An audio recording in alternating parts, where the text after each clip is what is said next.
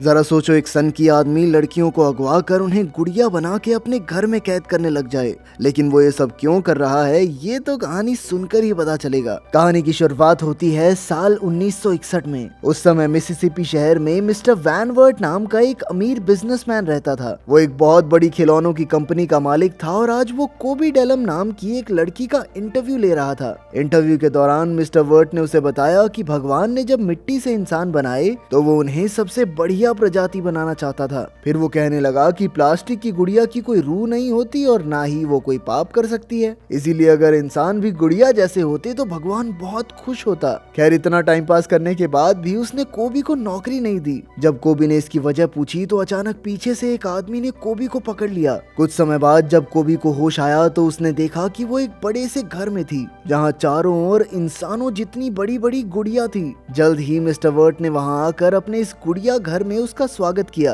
वर्ट ने कहा कि कोबी को अगले 7 दिन के लिए यहीं रहना होगा। वो बहकी बहकी बातें करने लगा कि तुम बहुत खूबसूरत हो, तुम्हें अब इन बाकी सबके साथ मुकाबले में शामिल कर लिया गया है। बेचारी कोबी डर के मारे कहने लगी कि मुझे इस सब में कोई दिलचस्पी नहीं है, लेकिन वहाँ से बचकर निकलने का कोई रास्ता नहीं था। तभी कोबी ने भागने की कोशिश की, पर अचानक मिस्टर वर्ट के गार्ड यूस्टेस ने उसे पकड़ लिया। जब मिस्टर वर्ट जाने लगा तो कोबी ने कहा कि वो यहाँ अकेली नहीं रह पाएगी, लेकिन वर्ट उसकी बात को अनसुना करके वहाँ से निकल गया। जल्द ही कोबी को एहसास हुआ कि ये सारी गुड़िया असल में इंसान थी, जिन्हें जबरदस्ती गुड़िया के कपड़े और मुखौटे लगाकर मूर्तियों की तरह रखा गया है। जब कोबी ने उनसे पूछा कि ये सब क्या है, तो ओरेला नाम की एक लड़की ने बताया कि मिस्टर वर्ट ने ही उन्हें अगवा करके यहाँ कैद कर रखा है। असल में मिस्टर वर्ट सबसे बढ़िया गुड़िया की तलाश में था जो उसके बेटे ओटिस की माँ बन सके, और जो भी गुड़िया उसके टेस्ट में फेल हो गई उसे बेरहमी से मार दिया जाएगा। कोबी तुरंत भागने के लिए दरवाजे खिड़कियां चेक करने लगी, पर हरलीन नाम की एक लड़की ने कहा कि उसने भी यहाँ से बाहर निकलने की कोशिश की थी, लेकिन कोई फायदा नहीं हुआ।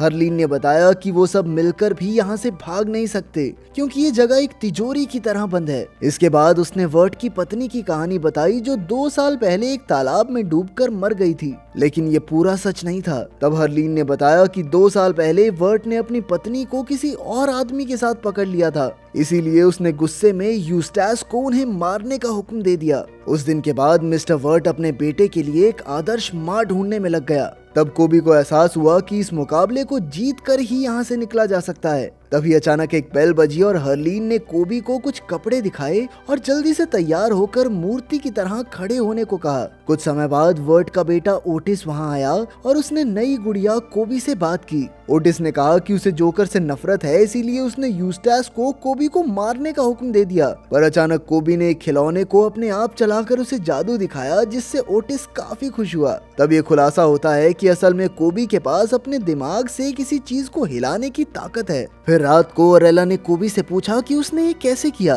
तो उसने ऐसे ही टाल दिया कि उसने बचपन में ये ट्रिक सीखी थी। ये सब देखकर ओरेला को उससे जलन होने लगी क्योंकि ऐसे तो कोबी मुकाबला जीत जाएगी। खैर, तभी अलार्म बजा, जिसका मतलब था कि अब एक और टेस्ट होगा। इसके बाद मिस्टर वर्ट ने उन सबको डाइनिंग टेबल पर इकट्ठा किया और उन्हें कुछ अजीबोगरीब डिशेस के नाम बताए। फिर उसने उन सबको 1 मिनट में सारे बर्तन ढंग से सजाने का टेस्ट दिया। जो इसमें सफल रही उसे एक बढ़िया घरवाली माना जाएगा। ये सुनते ही सब तुरंत बर्तन सजाने में लग गए। ओरेला ने तो ये टास्क बहुत बेहतरीन तरीके से किया, पर कोबी ने हड़बड़ी में ग्लास गिरा दिया।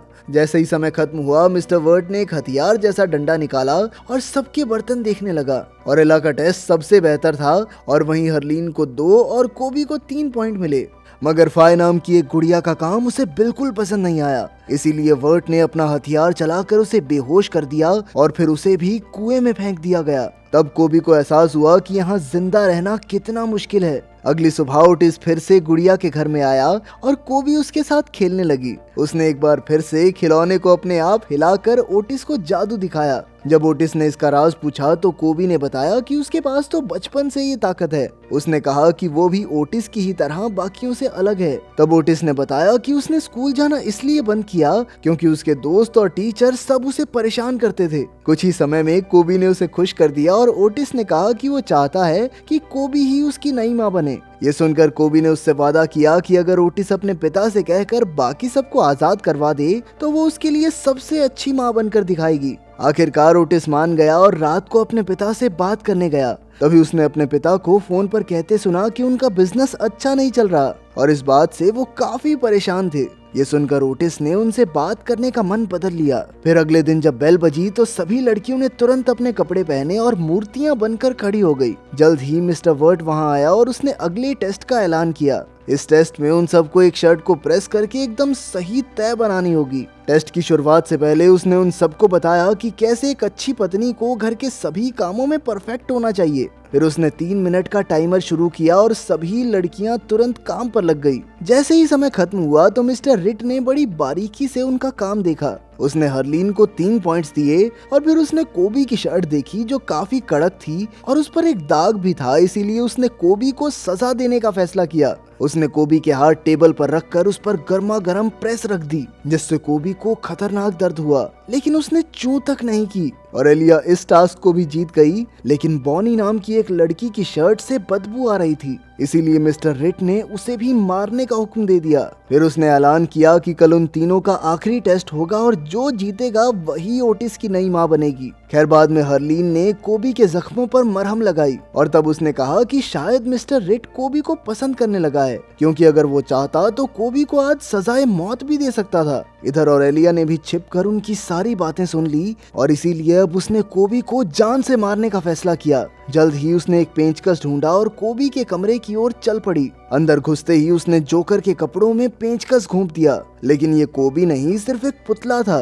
तभी पीछे से हरलीन और कोबी बाहर आए और उन्होंने कहा कि वो पहले से ऑरेलिया के इस प्लान के बारे में जानते थे। ये सुनकर ऑरेलिया को और गुस्सा आ गया और उसने कहा कि वो कोबी से हार कर मरना नहीं चाहती। पर तब कोबी ने कहा कि उनमें से कोई नहीं मरेगा, क्योंकि उसके पास एक प्लान था जिससे वो तीनों यहाँ से जिंदा बचकर भाग सकते हैं। लेकिन ऑरेलिया कहने लगी कि यूस्टेस उन्हें जरूर ढूंढ निकालेगा। पर कोबी ने बताया कि उसे तो इतने पता लगेगा ना, इतने तो पता नहीं कहाँ पहुँच जाएंगे हम। फिर अगले दिन उन तीनों ने पुतलों को अपने कपड़े पहनाकर तैयार कर दिया और खुद पर्दों के पीछे छिप गई। कुछ ही समय में मिस्टर वर्ट यूस्टेस के साथ वहां आया और अपने आखिरी टेस्ट का ऐलान किया। जब वर्ट पुतलों के सामने बोल रहा था तो कोबी ने अपनी शक्ति से बाहर के दरवाजे का ताला खोल दिया और जल्द ही वो तीनों घर से भाग निकली। पर बाहर जाते ही कोबी को ओटिस से किया हुआ वादा याद आ गया और उसने वापस जाकर ओटिस के लिए एक अच्छी मां बनने का फैसला किया। ऑरेलिया और हरलीन तो बिना समय गवाए भाग निकली। वहीं कोबी मिस्टर वर्ट के घर जाकर ओटिस को ढूंढने लगी।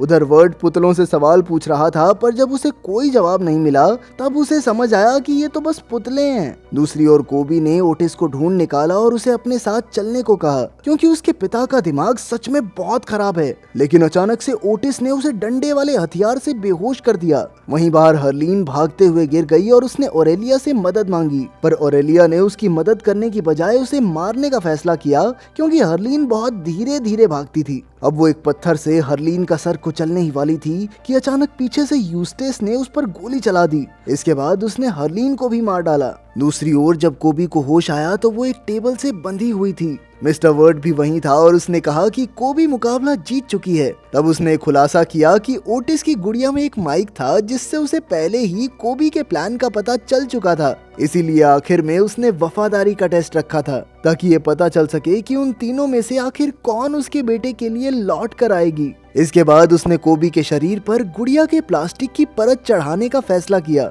इस दर्दनाक काम में उसकी शक्तियां भी उसकी कोई मदद न कर सकी और आखिरकार कोबी एक इंसानी गुड़िया में बदल गई। कुछ दिन बाद वो मिस्टर वर्ट और ओटिस को चाय पिला रही थी, पर अचानक से पोशाक पहने 2 औरतें उसके घर में आ गई। उन्होंने बताया कि वो दोनों असल में जादूगरनियां हैं। तभी उन्होंने मिस्टर वर्ट का पुतला बनाकर कोबी के शरीर से प्लास्टिक की परत उतार दी। फिर एक जादूगरनी ने बताया कि वो तो पहले ही कोबी को बचाने आ जाती, पर कोबी का जादू काफी कमजोर था। कोबी को कुछ समझ नहीं आ रहा था, इसीलिए जादूगरनियों ने उसे बताया कि असल में कोबी भी एक जादूगरनी है और वो उसे अपने साथ ले जाने आए हैं। जाने से पहले कोबी ने ओटिस को भी अपने साथ ले जाने का फैसला किया, पर सिर्फ एक शर्त पर कि वो कभी अपने पिता के पास वापस नहीं जाएगा। इसके बाद वो सब बाहर आ गए और जादूगरनियों ने चुटकी बजाते ही पूरे घर में आग लगा दी। अगर वीडियो पसंद आई तो लाइक कर देना, चैनल को सब्सक्राइब कर देना। मिलते हैं अगली वीडियो में।